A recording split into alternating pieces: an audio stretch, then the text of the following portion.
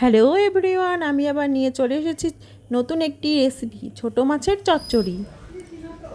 নিয়ে নিয়েছি আমি ছোট মাছ, যেটাকে আমি ভালো করে ঘষে ঘষে ধুয়ে নিয়েছি, যতক্ষণ না পর্যন্ত পুরোপুরি পরিষ্কার হয়।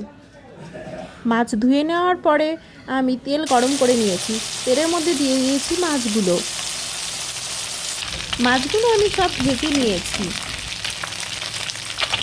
এইদিকে সব সবজি কেটে নিয়েছি, যেমন দিয়েছি ডাঁটা, আলু, পেঁয়াজ, গাটি কচু, বেগুন। আবারও কড়াই বসিয়ে তেল গরম করে নিয়েছি, দিয়ে দিয়েছি সব সবজিগুলো আস্তে আস্তে কষাতে শুরু করেছি। দিয়ে দিয়েছি লবণ, হলুদ। এরপর আঁচটা কমিয়ে ঢাকা দিয়ে দিয়েছি।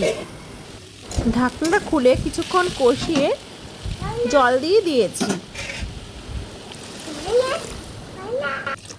কিছুক্ষণ ফুটিয়ে মাছগুলোও দিয়ে দিয়েছি। নামানোর আগে দিয়ে দিয়েছি কিছুটা ধনেপাতা। রেডি হয়ে গেছে আমাদের আজকের রেসিপি, ছোট মাছের চচ্চড়ি।